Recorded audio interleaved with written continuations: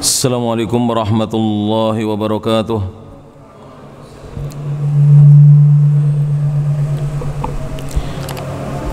Innal hamdalillah nahmaduhu wa nasta'inuhu wa nastaghfiruh wa na'udzu billahi min shururi anfusina wa sayyiati a'malina. Man yahdihillahu fala mudhillalah wa man yudlil fala hadiyalah. Asyhadu an la ilaha illallah wahdahu la syarika lah wa asyhadu anna Muhammadan abduhu wa rasuluh. Ya ayyuhalladzina amanu taqullaha haqqa tuqatih wa la tamutunna illa wa antum muslimun. Ya ayyuhan nasu taqu rabbakumul ladzi khalaqakum min nafsin wahidah wa khalaqa minha zawjaha وبث منهما رجالا كثيرا ونساء واتقوا الله الذي تساءلون به والأرحام إن الله كان عليكم رقيبا يا أيها الذين آمنوا اتقوا الله وقولوا قولا سديدا يصلح لكم أعمالكم ويغفر لكم ذنوبكم ومن يطع الله ورسوله فقد فاز فوزا عظيما أما بعد فإن أصدق الحديث كتاب الله وخير الهدى هدى محمد صلى الله عليه وعلى آله وسلم وشر الأمور محدثاتها فإن كل محدثة بدعة وكل بدعة ضلالة وكل ضلالة في النار. Jamaah kajian Masjid Syekh Abdullah Salim Kota Jombang rahimani Allah iyyakum. Alhamdulillah, kita bersyukur kepada Allah Subhanahu wa taala. Segala puji hanya milik Allah. Alladzi bi ni'matihi, yang dengan nikmat dan karunia dari Allah Subhanahu wa taala tatimmus shalihat, kebaikan-kebaikan menjadi sempurna. Kita lanjutkan kajian kitab Nubdhatun fil Aqidatil Islamiyah, ringkasan dari akidah Islam yang disusun oleh Fadilatul Syekh Al-Allamah Muhammad ibn Shalih Al-Utsaimin rahimahullahu taala. Pembahasan berikutnya silakan dibuka halaman 22. Sekarang masuk baris yang kedua dari atas. Beliau berkata, Syekh Muhammad ibn Shalih Al-Utsaimin mengatakan, masih dalam pembahasan tentang al-imanu billahi, beriman kepada Allah Subhanahu wa taala, itu mengandung 4 perkara. Yang pertama sudah dibahas oleh Syekh. Al-amrul awwal, perkara yang pertama adalah al-imanu biwujudillahi ta'ala, wajib mengimani, mempercayai adanya Allah Subhanahu wa taala. Jadi seorang yang mengaku beriman kepada Allah, konsekuensinya dia wajib mengimani wujudnya Allah Subhanahu wa taala. Dan siapa yang mengimani wujudnya Allah, maka dia akan terhindar dari paparan akidah ateisme, keyakinan yang menentang adanya Allah Subhanahu wa taala. Kemudian perkara yang kedua adalah al-amru ats-tsani, adalah al-imanu birububiyatihi, mengimani rububiyahnya Allah Subhanahu wa taala. Apa artinya? Ai bi annahu wahdahu, sesungguhnya Allah semata Rabbu, adalah sesembahan yang berhak disembah, pemilik alam semesta, pemelihara alam semesta. La syarikalahu, yang tiada sekutu bagi Allah, wala mu'in, dan tidak ada yang membantu Allah Subhanahu wa taala. Kemudian perkara yang berikutnya, yang ketiga adalah al-amru tsalits, al-imanu bi uluhiyatihi, mengimani uluhiyahnya Allah Subhanahu wa taala. Apa maksudnya?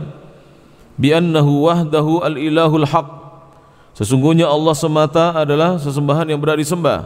La syarikalah, yang tiada sekutu baginya. Kemudian perkara 4, yang keempat ini belum dibahas, ini kesimpulannya dulu. yaitu al-amrul rabi', perkara yang keempat adalah al-imanu bi asma'ihi wa sifatihi, mengimani nama-nama dan sifatnya. Sehingga iman kepada Allah kandungannya ada 4. Yang pertama adalah al-imanu bi wujudillah, iman dengan wujudnya Allah Subhanahu wa taala. Dan yang kedua al-imanu bi rububiyatihi, beriman dengan rububiyahnya Allah Subhanahu wa taala. Yang ketiga al-imanu bi uluhiyatihi, beriman dengan uluhiyahnya Allah Subhanahu wa taala.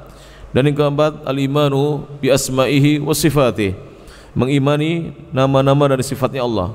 Di halaman yang ke-22 Syekh mengatakan, dan ini masih dalam penjelasan iman kepada Allah, perkara yang kedua. Yang kedua adalah walam ya'lam anna ahadan minal khalqi ankara rububiyatallahi subhanahu, atau walam yu'lam, dan tidak diketahui anna ahadan minal khalqi, bahwasanya ada satu dari makhluknya Allah, ankara, yang mengingkari rububiyatallahi subhanahu, rububiyahnya Allah Subhanahu wa taala, illa an yakuna mukabiran, pasti sebabnya karena dia seorang yang takabur, seorang yang sombong. Jadi tidak ada seorang pun dari makhluknya Allah yang mengingkari rububiyahnya Allah, bahwa Allah itu Al-Khaliq, yang maha mencipta, Allah itu Al-Mudabbir, pengatur alam, Allah itu Al-Muhyi wal Mumit, yang maha menghidupkan dan mematikan, Allah itu An-Nafi' wad-Dhar, yang maha mendatangkan manfaat dan maha mendatangkan madarat, dan Allah itu adalah Ar-Razzaq, yang maha memberi rezeki, Allah itu Asy-Syafi, yang maha menyembuhkan. Tidak ada yang mengingkari rububiyahnya Allah ini melainkan orang yang memiliki kesombongan, ghairu mu'taqidin bima yaqul, dan dia sebenarnya tidak yakin dengan apa yang dia ucapkan. Jadi sebenarnya dia tidak meyakini apa yang dia ucapkan ketika dia mengingkarinya. Termasuk kelompok ateis, komunis. Mereka itu ketika mengingkari Allah Subhanahu wa taala tidak yakin, tapi mereka mengatakan itu karena takabur dan sombong. Kama hasala min Fir'aun, sebagaimana ini terjadi pada diri Fir'aun. Hina qala liqaumihi, ketika Fir'aun berkata kepada kaumnya. Apa yang dikatakan Fir'aun? Dalam surah An-Nazi'at ayat yang ke-24, al-ayah ar-rabi'atu wal ishrun, Fir'aun berkata, ana rabbukumul a'la, aku adalah Rabb kalian, sesembahan kalian, al-a'la, yang paling tinggi. Fir'aun berkata demikian. Namun Allah Subhanahu wa taala membantah, sebenarnya Fir'aun mengatakan itu hanya karena sombong, tapi hatinya masih meyakini bahwa dia manusia. Dia ini sebenarnya manusia, tapi karena kesombongannya dia tidak ingin dikatakan sebagai manusia, dia ingin dikatakan sebagai sesembahan yang berhak disembah, yang paling tinggi.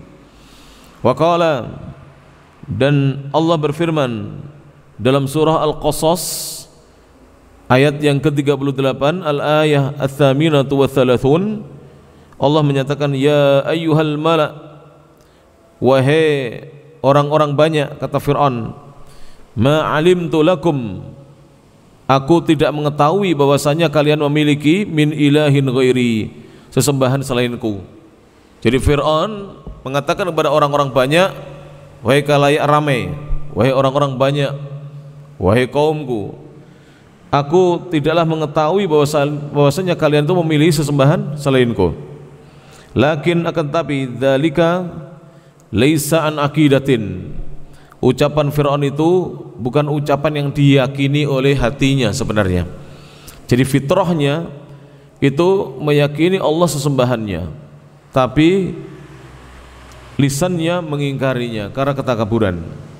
Qala Allah Ta'ala, oleh karena itu Allah berfirman dalam surah An-Naml ayat yang ke-14, al-ayah ar-rabi'ata asyarah, Allah menyatakan, wajahadu biha, mereka mengingkarinya, wastaiqanatha anfusuhum, namun jiwa-jiwa mereka meyakininya. Dzulman wa uluwa, karena sombong, karena dzulma, karena kedzaliman, wa uluwa, dan sikap tinggi hati, sikap kesombongan mereka. Kemudian waqala Musa li Fir'aun, maka Musa mengatakan kepada Fir'aun, fima hakallahu anhu, ketika Allah menghikayatkan tentang Musa mengatakan kepada Fir'aun. Musa berkata dalam surah Al-Isra ayat yang ke-102, al-ayatu ats-tsaniyatu wal mi'ah, laqad alimta ma anzala haula'i illa rabbus samawati wal ardi basair wa inni la'adhunnuka ya fir'auna mathbura. Musa berkata kepada Fir'aun, Musa alaihi salatu wassalam, dengarkan ucapan Musa. Beliau mengatakan, laqad alimta, sungguh benar-benar kamu sebenarnya mengetahui wahai Fir'aun, ma anzala haula, tidaklah ada yang menurunkan ayat-ayat tersebut, illa rabbus samawati wal ard, kecuali yang menurunkannya adalah Rabb yang menguasai langit dan bumi. Jadi Musa ini ingin menyadarkan Fir'aun, wahai Fir'aun, sungguh kamu itu sudah tahu sebenarnya bahwa tidak ada yang menurunkan ayat-ayat ini kecuali Allah yang menjadi pemilik langit dan bumi, pencipta langit dan bumi. Basair, dengan bukti-bukti dan dalil-dalilnya. Wa inni la'adhunnuka, dan sungguh aku meyakini bahwasanya dirimu ya Fir'aun, wahai Fir'aun, mathbura, adalah seorang yang binasa dan celaka. Jadi Fir'aun itu sebenarnya tahu bahwa apa yang dibawa oleh Musa itu kebenaran. Ayat-ayat yang ada dalam Taurat adalah kebenaran. Tapi itulah Fir'aun, lisannya mengingkarinya karena kesombongan. Walihada kanal musyrikuna, oleh karena itulah dahulu kaum musyrikin mereka yukirruna, meyakini birububiyatillahi ta'ala, meyakini tentang rububiyahnya Allah Ta'ala. Jadi dahulu kaum musyrikin mereka yakin, mengakui dengan rububiyahnya Allah Subhanahu wa Ta'ala. Dan ini diabadikan dalam Al-Quran, ma isyrakihim bihi fil uluhiyah, padahal mereka menyekutukan Allah di dalam uluhiyahnya. Jadi secara rububiyah mereka itu mengakui dan meyakini rububiyahnya Allah, namun ketika diajak untuk menyembah Allah semata, maka mereka mengingkarinya. Qala Allah Ta'ala, Allah Ta'ala berfirman, kata Allah dalam surah Al-Mu'minun ayat yang ke-84 sampai 89. Ayat-ayat ini menjadi bukti dalil bahwasanya kaum musyrikun itu mereka masih mengakui rububiyahnya Allah, walaupun mereka tidak mau menjadikan Allah sebagai satu-satunya sesembahan. Allah mengatakan, kul limanil ardu wa man fiha in kuntum ta'lamun.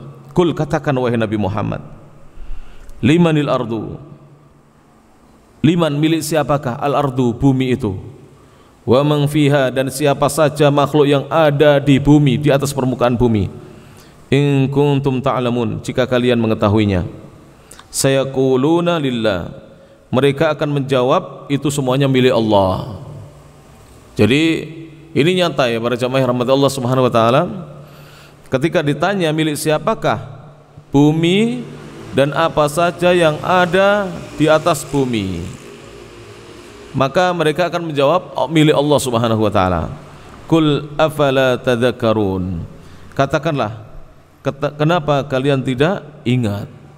Jazakumullah khairan. Kenapa kalian tidak ingat? Taib. Kemudian di ayat yang berikutnya Allah mengatakan, kul marrabbus samawati sab'i wa rabbul arsyil azim, katakanlah, siapakah Rabb pemilik langit yang 7 dan juga pemilik aras yang agung? Sayaquluna lillah, mereka akan menjawab milik Allah. Kul afala tattaqun, katakanlah, tidakkah kalian bertakwa kepadanya? Kalau sudah tahu yang menciptakan dan memiliki langit yang tujuh dan arsy yang agung itu Allah Subhanahu wa taala, kenapa kalian tidak mau bertakwa kepadanya? Takwa itu apa? Menjalankan perintah-perintah Allah dan menjauhi larangan-larangannya. Kemudian di ayat berikutnya Allah menyatakan, "Qul man biyadihi malakutu kulli syai'in wa huwa yujiru wa la yujaru alaih in kuntum ta'lamun." Katakanlah, siapa yang di tangannya ada kekuasaan segala sesuatu, dialah yang melindungi dan tidak ada seorang pun bisa dilindungi dari azabnya dia. In kuntum ta'lamun, jika kalian mengetahui. Sayaquluna lillah, maka kaum musyrikun menjawab, semuanya milik Allah. Kekuasaan segala sesuatu itu miliknya Allah. Kul, katakan wahai Nabi Muhammad, fa anna tusharun, lantas bagaimana kalian bisa tersihir? Bagaimana kalian bisa tersihir, dipalingkan dari ayat-ayat Allah Subhanahu wa taala? Baik. Ini semuanya dalil-dalil yang disebutkan oleh Syekh Muhammad ibn Shalih Al-Utsaimin, bahwa kaum musyrikun dahulu itu mengakui dan mengimani rububiyahnya Allah. Allah itu yang menciptakan mereka, yang memberi rezeki kepada mereka, yang menciptakan langit yang tujuh, menciptakan aras, memiliki aras.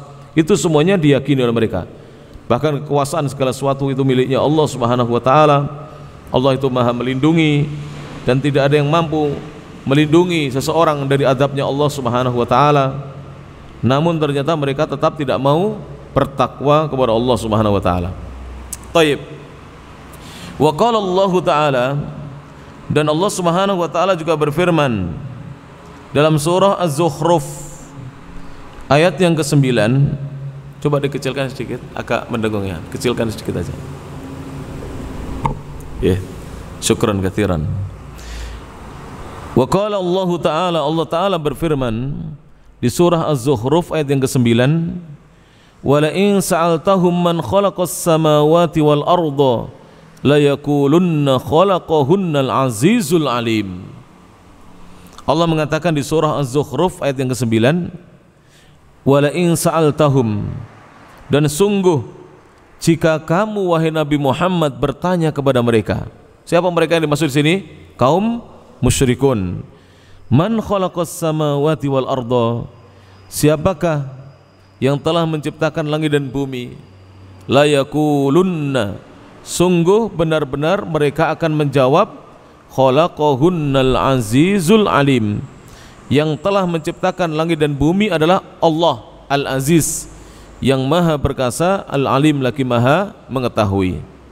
Ini semuanya dalil ini bahwa kaum musyrikun dahulu meyakini hal itu. Sehingga kaum musyrikun jangan dikira tidak mentauhidkan Allah. Mereka juga mentauhidkan Allah, tapi masih dalam taraf apa? Rububiyah saja. Saat diminta untuk mentauhidkan Allah dalam uluhiyahnya, mereka menolak. Disitulah terjadi perbedaan antara para nabi dengan kaumnya, di mana mereka menolak untuk menyembah Allah Subhanahu wa taala semata. Wa qala subhanahu, dan Allah Subhanahu wa taala juga berfirman, Allah Maha Suci berfirman dalam surat yang sama, surah Az-Zukhruf ayat 87, al-ayah as-sabi'atu wath-thamanun. Allah mengatakan, wala in sa'altahum man khalaqahum la yaqulunna Allah fa anna yu'fakun. Wala in sa'altahum, dan sungguh jika kamu Muhammad bertanya kepada mereka kaum musyrikin, man khalaqahum, siapakah yang telah menciptakan mereka? Maka mereka akan menjawab, la yaqulunna Allah, sungguh benar-benar mereka akan mengatakan Allah yang telah menciptakan mereka. Fa anna yu'fakun, maka bagaimana mereka bisa dipalingkan? Ini semuanya dalil ya, dalil yang banyak sekali disebutkan oleh Syekh Muhammad bin Shalih Al-Utsaimin, supaya kita meyakini bahwa kaum musyrikun dahulu itu terkadang lebih mentauhidkan Allah dalam rububiyahnya Allah dibanding orang-orang yang berbuat kesyirikan di zaman ini. Di zaman ini, naudzubillah min dzalik, ada yang meyakini bahwa yang memberi rezeki mereka bukan Allah. Ada yang meyakini yang memberi rezeki mereka adalah Dewi Sri yang pasang itu sesajen di sawah-sawah, ya. demikian.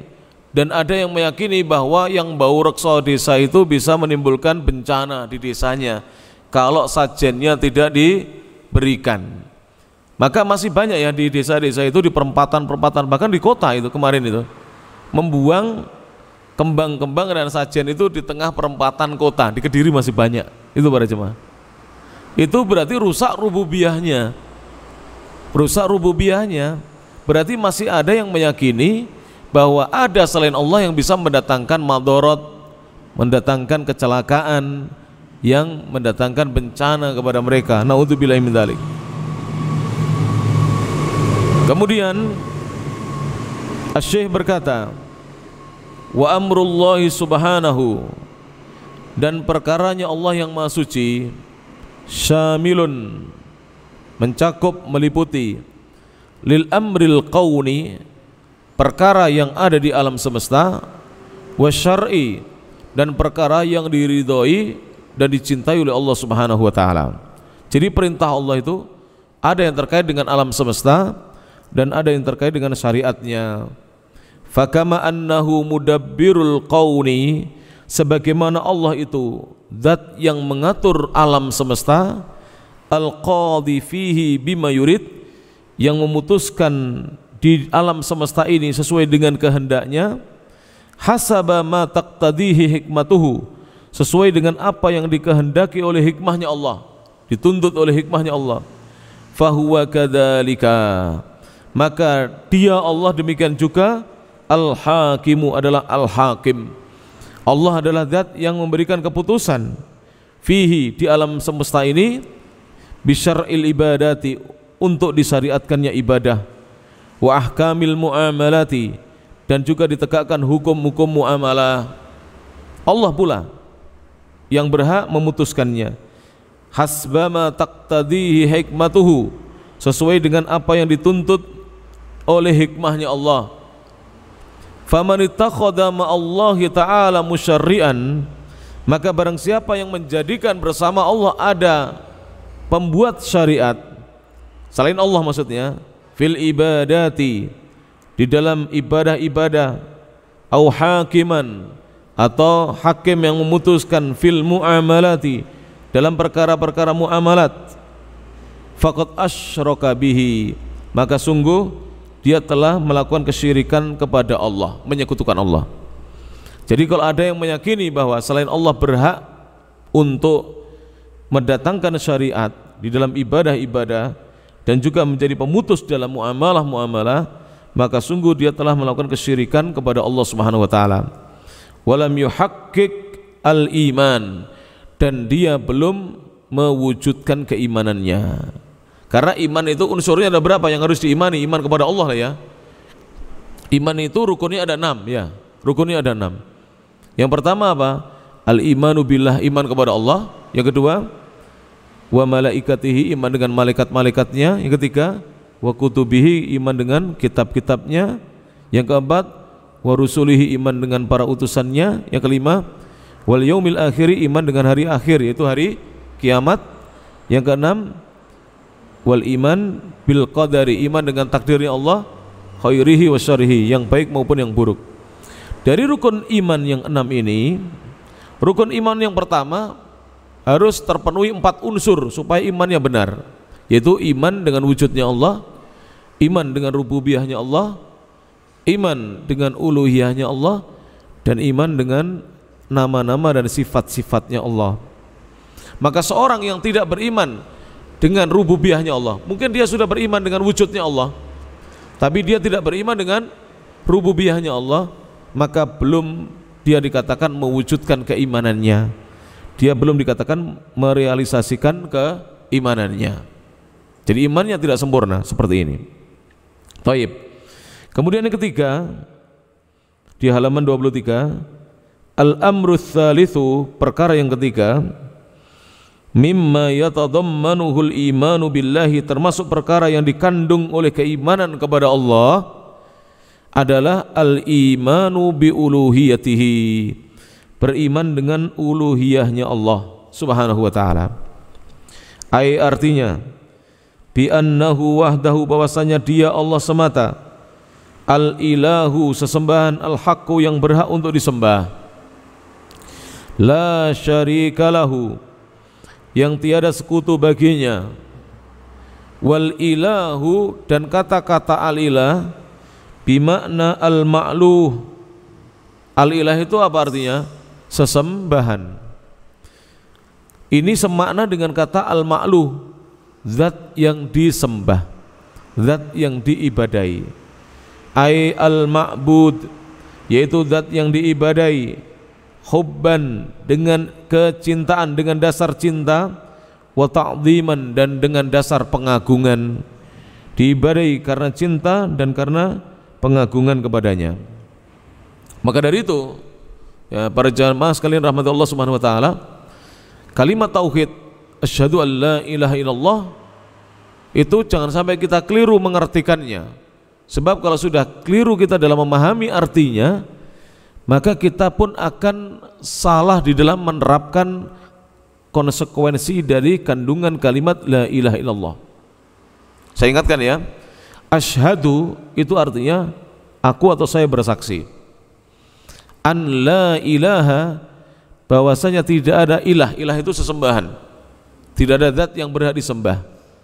Tapi di situ ada kata-kata yang sengaja dibuang, yaitu bihaqqin atau haqqun, yang disembah, diibadai dengan benar. Illallahu, kecuali hanya Allah. Dan kata-kata ilah yang dimaksudkan dalam kalimat syahadat asyhadu an la ilaha illallah maknanya adalah ma'luh.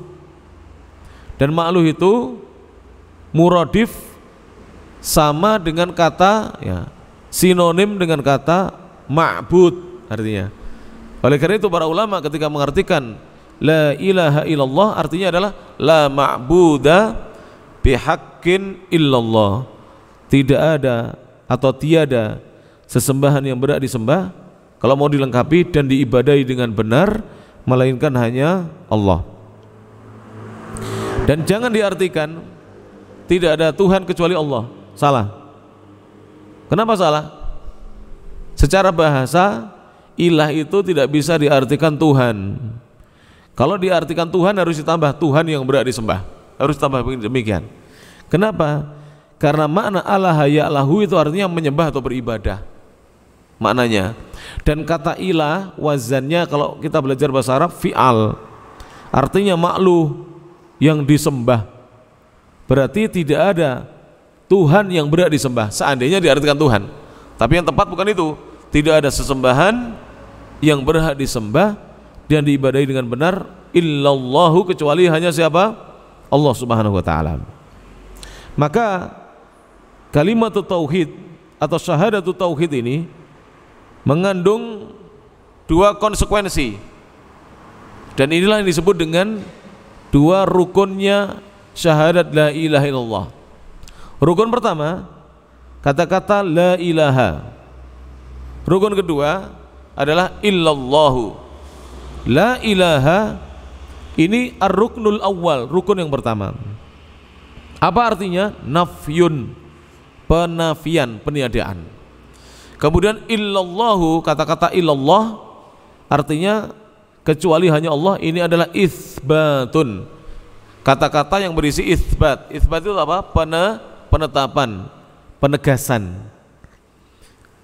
Kalau dijelaskan lebih rinci lagi, para ulama Ahlussunnah wal Jamaah mengatakan, jadi para ulama mengatakan nafyun di sini maknanya adalah nafyu jami'il ma'budati min ghairillah, menafikan, meniadakan seluruh yang disembah selain Allah. Memang manusia ada yang menyembah selain Allah, dan itu banyak, tidak sedikit. Ada yang menyembah malaikat, ada yang menyembah sebagian para nabi, ada yang menyembah orang-orang soleh yang diyakini wali-wali, ada yang menyembah patung-patung dari batu, dari kayu, ada yang menyembah pohon-pohon besar, pohon-pohon tua yang dikatakan keramat, ada yang menyembah kuburan-kuburan, ada yang menyembah lautan, ada yang menyembah jin. Nah ini Nyi Roro Kidul itu jin itu disembah, ya, menyembah jin dan seterusnya. banyak sekali. Tapi kalimat tauhid la ilaha illallah ini menafikan itu meniadakan, menolak semua yang disembah selain Allah Subhanahu wa taala. Adapun itsbat, apa artinya itsbat? Menetapkan itsbatu jami'il ibadati lillahi wahdah, menetapkan bahwa seluruh ibadah itu hanya Allah yang berhak mendapatkannya. Jadi tidak boleh kita mempersembahkan salah satu bentuk ibadah kepada selain Allah. Semua ibadah hanya kita tujukan untuk Allah Subhanahu wa taala. Ini makna asyhadu an la ilaha illallah. Kalau sudah dijelaskan begini, nikmat para jemaah. Maka kita tidak akan mendatangi patung-patung untuk disembah. Kita tidak akan menyembah matahari. Kita tidak akan menyembah bulan. Kita tidak akan menyembah binatang. Bahkan manusia itu sampai menyembah sesuatu yang lebih hina daripada dirinya, menyembah binatang. Ada yang menyembah sapi, ya. Ada yang menyembah ular. Ada yang menyembah tikus. Tikus itu jadikan sesembahan, iya. Banyak. Bahkan ada yang jorok ini, menyembah kemaluannya wanita. Ini saya pelajari ketika saya belajar dengan ulama-ulama di Makkah Al-Mukarramah. Ngeri sekali. Jadi patungnya itu dibentuk kemaluannya wanita disembah. Itu ada di India. Disembah, tikus itu termasuk ada di negeri itu. Nyembah ular juga ada di negeri itu. Lihat, seorang yang menyembah selain Allah, dia menghinakan dirinya sehina-hinanya, bahkan lebih hina daripada binatang. Taib. Sekarang kita jelaskan, kita bacakan penjelasan dari Asy-Syaikh Muhammad ibn Shalih Al-Utsaimin. Qala Allah Ta'ala, Allah Ta'ala berfirman dalam surah Al-Baqarah 163, al-ayah ats-tsalitsatu was-sittuna wal mi'ah, 163. Kata Allah Subhanahu wa taala, wa ilahukum ilahu wahid, dan sesembahan kalian yang berhak kalian sembah hanyalah sesembahan yang satu. Ilahun wahid, sesembahan yang satu. Allah tidak mengatakan wa ilahukum alihatun katsiratun, sesembahan yang berhak kalian sembah adalah sesembahan yang sangat banyak, bukan. Dikatakan ilahun wahid. Sehingga Islam adalah agama tauhid. Tapi jangan dikatakan agama monoteisme, tidak. Agama tauhid. Tidak usah diganti-ganti kalimatnya ya. Islam adalah agama tauhid. Agama yang menjauhkan kita dari segala bentuk kesyirikan. Wa qala ta'ala, kemudian Allah berfirman, la ilaha illa huwa. Lihat ini, disebutkan kalimat tauhid lagi. Tidak ada sembahan yang berhak disembah melainkan hanya Dia. Dia siapa? Ar-Rahman, yang Maha Pemurah, Ar-Rahim, lagi Maha Penyayang. Kemudian Allah berfirman dalam surah Ali Imran ayat yang ke-18, al-ayah ats-tsaminata asyarata. Wa qala ta'ala, syahidallahu annahu la ilaha illa huwa wal malaikatu wa ulul ilmi qa'iman bil qist la ilaha illa huwal azizul hakim. Allah berfirman, syahidallah, Allah bersaksi. Kalau sudah Allah yang bersaksi, maka Allah tidak pernah berkhianat dan tidak pernah berdusta. Persaksiannya pasti benarnya. Annahu la ilaha illa huwa, bahwasanya tidak ada ilah sesembahan yang berhak disembah melainkan hanya Dia, Allah. Wal malaikatu, demikian juga malaikat-malaikat Allah semuanya bersaksi. Jadi yang bersaksi siapa? Allah, kemudian malaikat-malaikatnya, wa ulul ilmi, dan orang-orang yang diberi ilmu, orang-orang yang punya ilmu tentang Al-Quran dan Sunnah. Qa'iman bil qist, Allah tegakkan segala keadilan. La ilaha illa huwa, tiada ilah sesembahan yang berhak disembah melainkan hanya Dia, Allah. Al-Azizu, zat yang maha perkasa. Al-Hakim, lagi maha bijaksana. Kemudian para jemaah yang rahmati Allah Subhanahu wa taala, ya. Dan ini terbukti loh ya.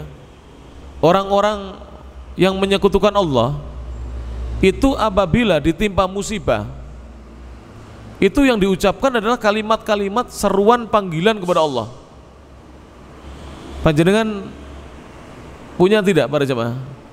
Ketika terjadi berbagai macam musibah di negeri ini, itu potongan-potongan video itu, mulai dari banjir, tanah longsor, gempa bumi, kemudian likuifaksi, tanah yang bisa bergerak itu jadi tanah itu tahu-tahu bisa menjadi lembek dan bisa bergerak sampai rumah itu bisa berjalan, kebun bisa pindah, sehingga di sana agraria bingung para jemaah menentukan mana tanahnya siapa, hilang semuanya karena berpindah para jemaah.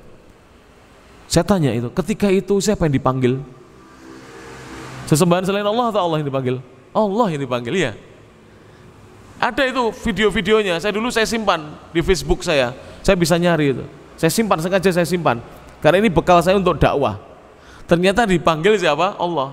Tidak ada ya Roro Kidul, enggak ada. Nyi Roro Kidul tidak ada. Ya yang bau rekso tidak ada. Ya Sunan ini, ya wali ini, ya malaikat, ya Rasul, tidak ada. Yang dipanggil apa? Allah. Semuanya memanggil Allah Subhanahu wa taala. Menunjukkan fitrahnya manusia itu mengakui bahwa semuanya yang maha berkuasa siapa? Allah Subhanahu wa taala. Itu fitrah, tidak bisa ditipu. Termasuk mereka-mereka para dai yang mengingkari Allah di atas aras. Itu tangannya loh begini, tangannya sering begini dan dia mengatakan Allah di atas. Tangannya demikian. Jadi tangannya tidak bisa membohongi lisannya, ya. Lisannya bisa berbohong kepada manusia, tapi tangan tidak bisa berbohong. Tangannya masih mentauhidkan Allah Subhanahu wa taala.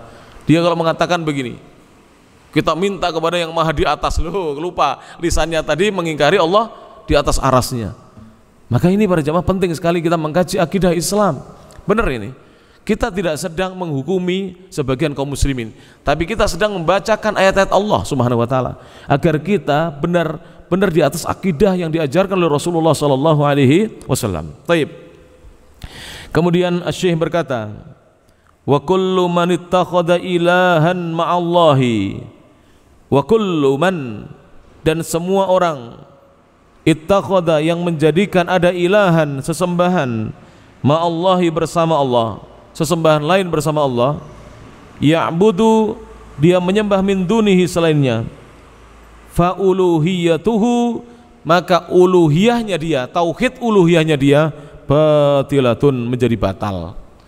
Jadi kalau ada orang, ya, dia sudah sholat tapi dia masih menjadikan ada sesembahan lain selain Allah yang dia mintai pertolongan, yang dia berlindung kepadanya, yang dia berikan persembahan kurban, maka uluhiyahnya dia batal. Karena ibaratnya para jamaah yang rahmati Allah Subhanahu wa taala, dia sudah membuat teh begini, kemudian diberi sesuatu yang najis. Ada yang mau minum para jamaah? Teh ini tidak najis, ya. Teh itu kata para ulama ahli fikih dihukumi tohir fi dzatihi. Teh itu adalah air yang suci dalam zatnya, tapi teh ini tidak bisa digunakan untuk tohur, untuk bersuci. Tidak boleh kita berwudu dengan teh, karena teh hanya tohir tapi tidak mutohir. Berbeda dengan air sumur, air hujan, air laut, air sungai yang masih jernih, itu tohirun, suci pada zatnya, wa mutohirun, dan mensucikan selainnya. Tohirun fi dzatihi, mutohirun li ghairihi. Tapi air teh ini kalau dikasih air najis sedikit aja, misalnya dicuruti pipis kita sedikit, ada yang mau minum berjamaah? Itulah ibaratnya ibadah kita dicampur dengan apa? Kesyirikan. Karena ini tidak ada najisnya, saya minum, bismillah, ya. Naam. Baik. Qala Allah Ta'ala, Allah Ta'ala berfirman dalam surah Al-Hajj ayat yang ke-62, al-ayah ats-tsaniyatu was-sittun. Kata Allah Subhanahu wa taala, "Dzalika bi anna Allaha huwal haqqu wa anna ma yad'una min dunihi huwal batil wa anna Allaha huwal aliyyul kabir." Allah menyatakan, dzalika, yang demikian itu, bi anna Allaha, disebabkan sesungguhnya Allah, huwal haqqu, dialah al-haq, zat yang maha benar untuk disembah, wa anna ma yad'una, dan adapun apa saja selain Allah yang diseru oleh mereka, min dunihi, selainnya, huwal batilu, itulah sesembahan yang batil. Tegas ayat ini. Ayat ini para jamaah tidak bisa dibantah lagi, bahwa sesembahan yang hak hanya Allah. Adapun yang mereka seru, yang mereka mintai, doai selain Allah, itu batil. Wa annallaha huwal aliyyul kabir, dan sesungguhnya Allah zat yang maha tinggi lagi maha al-kabir, maha besar. Al-aliyu artinya apa? Yang maha tinggi. Sabbihisma rabbikal a'la. Sucikan nama Rabbmu al-a'la yang maha tinggi. Ini semuanya dalil-dalil bahwa Allah itu maha tinggi para jemaah. Bukan maha di mana-mana ya. Dan bukan maha yang ada di hatinya makhluknya atau yang menitis ke tubuhnya makhluknya, bukan. Allah yang maha tinggi lagi maha besar. Tapi kita para jemaah, ketika diwajibkan meyakini Allah itu di atas aras, kita tidak boleh membagaimanakan bagaimana Allah itu di atas arasnya, karena Allah tidak mengkhabarkan kepada kita. Rasulullah SAW juga tidak menjelaskan kepada kita. Kewajiban kita mengimani Ar-Rahmanu 'alal arsy istawa, Allah yang maha pemurah beristiwa tinggi di atas arasnya. Wa tasmiyatuha alihatan, dan penamaannya dengan sesembahan-sesembahan, la yu'tiha, hal itu tidak memberikan kepadanya haqqal uluhiyati, hak untuk disembah. Jadi walaupun ya selain Allah itu dikatakan sesembahan, tapi selain Allah itu tidak berhak untuk disembah. Kenapa para jamaah? Kenapa selain Allah tidak berhak untuk disembah? Karena selain Allah itu adalah al-khalqu min makhluqatillah, makhluk di antara makhluk-makhluknya Allah. Malaikat makhluk bukan? Makhluk. Ambil sebagai kaidah, ini sering saya sampaikan para jemaah, disebutkan dalam kitab Al-Usulul Tsalatsa, 3 landasan utama yang harus diketahui oleh setiap muslim. Syekh Muhammad Ibnu Abdul Wahhab rahimahullah taala mengatakan, wa kullu ma siwallahi alam, dan semua yang selain Allah adalah alam, makhluk selain Allah itu. Malaikat makhluk, alam. Nabi-nabi Allah makhluk, orang-orang soleh makhluk, wali-wali Allah, kekasih-kekasih Allah makhluk bukan? Makhluk. Malaikat saja makhluk ya, para nabi juga makhluk. Kemudian batu-batuan makhluknya Allah, pohon-pohon makhluknya Allah. Oleh karena itu Ibrahim itu dimusuhi oleh kaumnya, bahkan oleh ayahandanya sendiri dan oleh raja ketika itu. Kenapa? Karena Ibrahim satu-satunya yang mengatakan sesembahan yang berhak disembah Allah. Makanya ketika Ibrahim berhasil masuk ke tempat peribadatan mereka, kemudian Ibrahim menghancurkan sesembahan-sesembahan mereka atas perintah Allah ya. Tapi jangan diikuti Ibrahim ini. Ini zamannya sudah beda dan syariatnya juga beda. Jadi semua patungnya itu dikampak oleh Ibrahim. Beliau membawa fas itu kapak yang besar sekali, dipukuli satu persatu hancur. Kemudian disisakan yang paling gede berhalanya. Kapaknya digantungkan di salah satu berhala yang besar itu. Maka ketika Ibrahim keluar, Allah takdirkan ada yang melihat Ibrahim keluar dari tempat persembahan mereka. Maka kemudian dilaporkan kepada pemimpin waktu itu. Dan Ibrahim dihukumi hukuman bakar karena dia Ibrahim dianggap telah merusak Tuhan-Tuhan mereka. Ketika sebelum dibakar, Ibrahim ditanya, siapa yang merusak wahai Ibrahim? Apakah benar kamu? Tanya saja kepada berhala yang gede itu. Tanya saja. Mana bisa berhala bisa berbicara? Di sini Ibrahim menang di sini. Ibrahim menang di sini. Ya tidak mungkin berhala bisa bicara, dan mereka pun paham, akal mereka paham. Akhirnya mereka tetap tidak mau terima. Pemimpinnya menyiapkan parit dan digalilah parit. Kemudian Ibrahim dimasukkan dalam parit, tahu tidak ketika dimasukkan? Dilucuti pakaiannya, ditelanjangi baru dimasukkan, bayangkan. Supaya cepat terbakar kulitnya. Tapi Allah berfirman kepada api, ya naru wahai api, kuni, jadilah kamu bardan, dingin, wassalaman, dan menyelamatkan ala Ibrahim, atas Ibrahim. Jadi api belum pernah dingin, pada saat itu menjadi dingin. Api itu makhluknya siapa? Allah. Kalau sudah Allah perintahkan kun fayakun, yang asalnya panas menjadi dingin. Bayangkan para jemaah. Akhirnya api itu tidak membakar siapa? Ibrahim alaihissalatu wassalam. Tidak ada sedikit pun dari kulit Ibrahim itu yang terbakar, tidak ada. Apinya menyala-nyala tapi dingin, aneh kan? Jadi kayak AC mungkin ya. Apinya menyala-nyala tapi rasanya apa? Dingin. Tidak membakar sedikit pun atas Ibrahim alaihissalatu wassalam. Nah, kita lanjutkan sedikit ya para jemaah. Jadi walaupun ada makhluk yang disembah selain Allah, tapi hal itu tidaklah memberikan kepada makhluk-makhluk itu hak untuk disembah. Qala Allah Ta'ala, Allah Ta'ala berfirman fil Lat, tentang Al-Lat wal Uzza wa Manah, dan Uzza dan Manah. Ini adalah sesembahan-sembahannya orang-orang kafir Quraisy di zaman itu. Bahkan mereka itu punya sesembahan yang lebih besar daripada ini, yaitu Hubal. Di mana diletakkan para jemaah? Di dalam Ka'bah. Jadi Hubal ini di dalam Ka'bah. Kalau Al-Lat, Uzza dan Manah ini dibawa oleh kabilah-kabilah waktu itu. Dan ada lagi sekitar 360 berhala yang diletakkan oleh mereka di sekitar Ka'bah, tempat tawaf dan tempat sa'i. Jadi dahulu mataf, tempat tawaf, dan mas'a, tempat sa'i itu dipenuhi dengan 360 berhala di zaman sebelum Rasulullah SAW diutus sebagai seorang Rasul. Sampai penaklukan kota Mekah masih ada berhala itu. Jadi berhala itu baru dihancurkan ketika terjadi apa? Penaklukan kota Mekah, Fathu Mekah. Baru dihancurkan oleh Rasulullah, memerintahkan sahabat-sahabatnya agar menghancurkan berhala-berhala tersebut. Akhirnya yang disembah hanya siapa? Allah Subhanahu wa Ta'ala. Tidak ada lagi patung-patung yang disembah ketika itu. Sesudah Fathu Mekah, di sekitar Masjidil Haram tidak ada lagi patung-patung. Bahkan di luar Masjidil Haram pun dicari oleh para sahabat atas perintah Rasulullah SAW. Termasuk Al-Lat, ini batu. Al-Uzza ini ada yang mengatakan pohon, ada yang mengatakan wanita telanjang yang rambutnya panjang, dukun, dipenggal oleh Khalid bin Walid.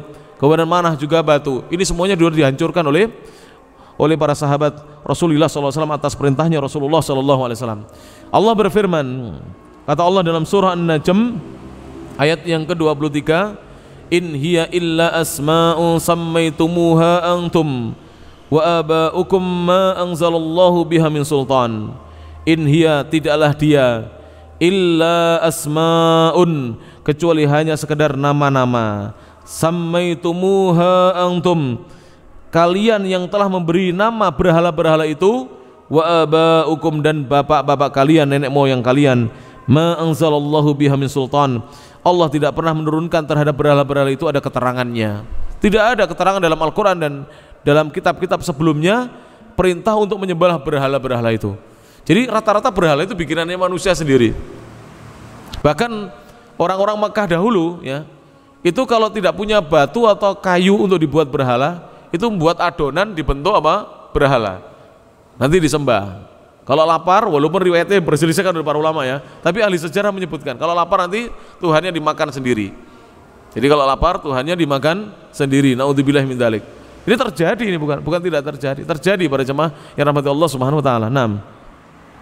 Wa qala an Hudin, dan Allah Ta'ala berfirman tentang Nabi Hud, id qala liqaumihi, ketika Hud berkata kepada kaumnya, dalam surah Al-A'raf ayat 71 al-ayah al-hadiyatu was-sab'un, atujadilunani fi asma'in sammaitumuha antum wa aba'ukum ma anzalallahu biha min sultan.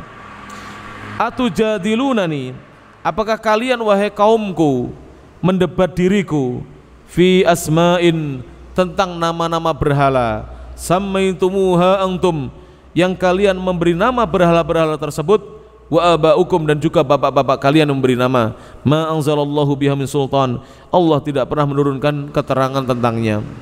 Wa qala an Yusuf alaihi salam, dan Allah berfirman tentang Nabi Yusuf alaihi salam. Ini semuanya disebutkan Syekh ini dalil bahwa para nabi itu akidahnya satu loh. Apa akidah? Tauhid, semua para nabi. Tidak ada nabi itu yang mengajak untuk menyembah selain Allah, tidak ada para jemaah. Makanya disebutkan oleh Syekh supaya kita semakin yakin. Semakin banyak dalil semakin menambah keyakinan kita, iman kita. Allah berfirman tentang Yusuf alaihissalam, annahu qala li sahibi, yang dia berkata li sahibihi as-sijn, ya li sahibi sijni, kepada seorang yang dia bersama-sama Yusuf menghuni penjara. Apa yang dikatakan Yusuf kepadanya? Dalam surat Yusuf diabadikan dalam Al-Quran ayat yang ke-39 dan 40, Yusuf berkata, a'arbabum mutafarriqun, apakah sesembahan-sembahan yang banyak, mutafarriqun itu yang bermacam-macam itu, khairun, lebih baik, amillahu, ataukah Allah yang lebih baik, al-wahidul qahhar, zat yang maha esa lagi maha memaksa, maha berkuasa. Ma ta'buduna min dunihi, tidaklah apa yang kalian sembah selain Allah, illa asma'an sammaitumuha antum, kecuali hanya sekedar nama-nama yang kalian sendiri berikan nama-nama tersebut. Wa aba'ukum, dan bapak-bapak kalian, ma anzalallahu biha min sultan, yang Allah tidak pernah menurunkan tentang nama-nama itu keterangannya. Min sultan, keterangannya. Jadi Yusuf juga mengatakan hal yang sama. Berarti rata-rata umatnya para nabi dahulu itu menyekutukan Allah Subhanahu wa taala. Kurang sedikit lagi ya. Walihada, oleh karena itu, kanatir rusulu, dahulu para utusan, alaihimus salatu wassalam, yaquluna li aqwamihim, mereka berkata kepada kaum-kaum mereka. Apa yang dikatakan oleh para utusan semuanya? U'budullaha, sembahlah oleh kalian Allah semata. Ma lakum min ilahin ghairuh, tidak ada bagi kalian sesembahan selainnya. Tidak ada bagi kalian sesembahan ghairuhu, selainnya. Surah Al-A'raf ayat 59. Dan ayat ini saya tuh sering, para jemaah ya, saya sering menemani beberapa syekh dai-dai dari Filipina maupun India. Jadi kami itu di Saudi itu punya dakwah, punya kegiatan program dakwah mendakwai orang-orang non muslim. Kalau di sini saya waktunya habis untuk mendakwai kaum muslimin. Kalau di Saudi kita ada kegiatan dakwah mendakwai non muslim, dan itu setiap pekan itu minimal 2 hari kita. Kadang-kadang sehari, setiap pekan, setiap Jumat itu kita pergi menemui orang-orang non muslim yang ada di camp-camp mereka, dan mereka itu pokoknya di luar Makkah dan Madinah. Kalau di Makkah dan Madinah tidak boleh non muslim masuk, tidak boleh. Jadi di Jeddah ya, di Dammam, di Ahsa, di apa namanya provinsi-provinsi yang lainnya, kota-kota yang lainnya. Dan rata-rata dai-dai dari Filipina, terutama yang saya dengar sendiri, dan dai dari India, ini yang disampaikan ayat ini. Dan ayat ini manjur ini. Tapi mereka sebelumnya cerita dulu tentang nur surga biasanya. Cerita tentang surga, kenikmatannya, kemudian memperingatkan mereka tentang neraka. Jadi mereka akhirnya timbul apa? Keinginan untuk masuk surga dan takut neraka. Setelah sudah timbul keinginan masuk surga dan takut neraka, diceritakan bahwa yang lain selain Allah itu sesembahan yang tidak berhak disembah. Kenapa? Makhluk diceritakan kelemahannya begini, kelemahannya begini, kelemahannya begini. Diceritakan satu persatu kelemahannya. Semua makhluk itu punya kelemahan, tidak para jemaah? Punya kelemahan, diceritakan. Setelah itu baru disampaikan akidah tauhid ini. Akhirnya mereka berbondong-bondong masuk Islam, para jemaah. Berbondong-bondong masuk Islam. Dan di Saudi Arabia itu kurang lebih belasan ribu setiap tahunnya orang non muslim itu masuk Islam. Jadi mereka pulang ke negerinya masing-masing itu membawa Islam. Ada yang pulang ke India. Oleh karena itu sekarang ini di India itu kaum muslimin di India ini hampir menyamai jumlah kaum muslimin di Pakistan. Padahal dulu hanya 50 juta. Sekarang perkembangannya pesat sekali. Bahkan yang lebih pesat daripada itu adalah di Amerika dan Eropa, Jerman terutama. Di Amerika berapa tahun yang lalu Washington DC itu penduduknya 8 juta. 1 juta muslim sudah. 1 juta sudah muslim, bayangkan. Cepat sekali. Sampai lebih dari 1/10 penduduk Washington DC sudah masuk Islam. Cepat sekali perkembangannya. Kenapa? Disampaikan tauhid. Mereka sudah tidak lagi mempercayai sesembahan selain Allah, karena selain Allah tidak bisa mendatangkan apa-apa. Dan para jamaah, ini manjur. Kenapa dakwah tauhid manjur? Karena negeri mereka ekonominya hancur. Panjenengan kalau ingin tahu, saya tunjukkan videonya. Di negeri-negeri kafir itu penghasilan per bulan 25 juta itu tidak punya rumah. Di sini penghasilan 25 juta bukan hanya punya rumah, punya villa, punya toko, punya kebun, punya apa-apa. Di negeri yang lain penghasilan 25 juta tidak bisa berobat di rumah sakit. Penghasilan 120 juta itu mengaku hartanya habis untuk berobat. Dan di negeri kafir itu apabila sakit itu perusahaannya langsung mecat, di PHK langsung. Kalau sakit di PHK langsung. Alhamdulillah kita tinggal di Indonesia. Penghasilan 2 juta bisa cukup sama anak istri kita dan gemuk kita, ya kan? Gemuk, Masya Allah, Alhamdulillah. Badannya gemuk, Alhamdulillah ya. Masya Allah, teman-teman ini penghasilannya 2-3 juta, 4 juta paling banyak. Jaranglah penghasilan kita sampai 25 juta, ini jauh barang ya, sedikit sekali. Kita sudah gemuk. Bagaimana kalau seandainya penghasilan kita di sini 25 juta, udah bangun rumah besar-besar, beli Alphard, beli apa? Masya Allah ya. Iya. Taib, Masya Allah. Taib. Tinggal sedikit ya, saya sampaikan sampai akhir faqrah, akhir alinea. Walakin akan tapi abadalikal musyrikun. akan tetapi kaum musyrikin enggan untuk mengakuinya. Wattakhadhu, dan mereka menjadikan min dunillahi, selain Allah, sebagai alihatan, sesembahan-sembahan. Ya'budunahum, mereka menyembah sesembahan selain Allah, ma'allahi, di samping mereka menyembah Allah subhanahu wa ta'ala, maha suci dan maha tinggi Allah. Wa yastansiruna bihim, dan mereka meminta tolong kepada sesembahan selain Allah. Wa yastaghithun, dan meminta pertolongan di masa-masa yang berat dan genting.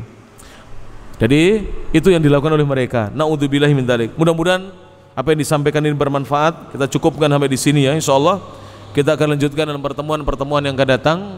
Kesimpulan kajian kita pada malam hari ini, bahwa iman kepada Allah mengandung berapa unsur yang harus diimani? 4. Iman tentang wujudnya Allah, dan ini membantah akidah ateisme dan komunisme. Kemudian iman kepada rububiyahnya Allah, iman kepada uluhiyahnya Allah, dan iman kepada nama-nama dan sifat-sifat bagi Allah subhanahu wa ta'ala. Dan perhatikan ya, iman kepada Allah ini adalah bagian yang kita bahas dalam ilmu tauhid. Jadi iman kepada Allah subhanahu wa ta'ala adalah pembahasan bidangnya ilmu tauhid.